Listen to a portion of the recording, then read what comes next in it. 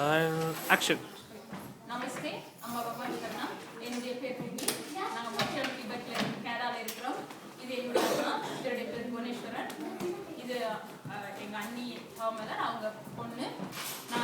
நான் வந்து போன வருஷம் 2011 நவராத்திரி ஹோமத்துக்கு இந்தியாவுக்கு வந்து நவராத்திரி 9 நாள் ஹோமம் அட்டன் பண்ணேன்.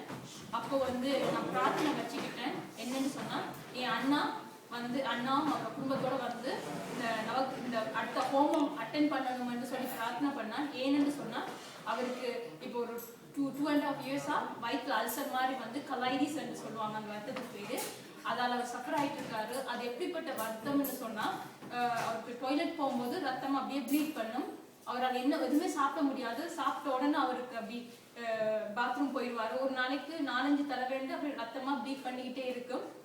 அது மட்டும் இல்லை, அவர் 3 தடவை ஹாஸ்பிட்டலில் அவர் அட்மிட் பண்ணி அவருக்கு பிளட் டிரான்ஸ்ஃபியூஷன் கொடுத்தாங்க. அவர் ரொம்ப வீக் ஆகிட்டாரு.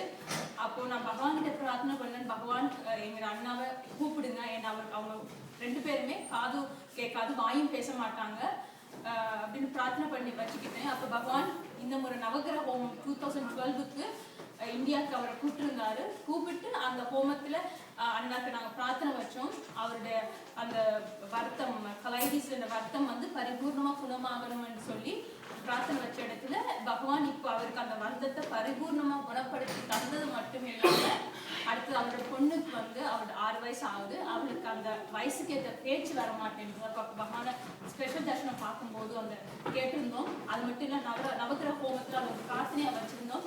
இப்போ முன்னாடியை விட இப்போ நல்லா பேசலாம். இவ்வளோ அற்புதம் செஞ்சு தந்த எங்கள் அம்மா பகவானுக்கு கோடான கோடி நன்றி.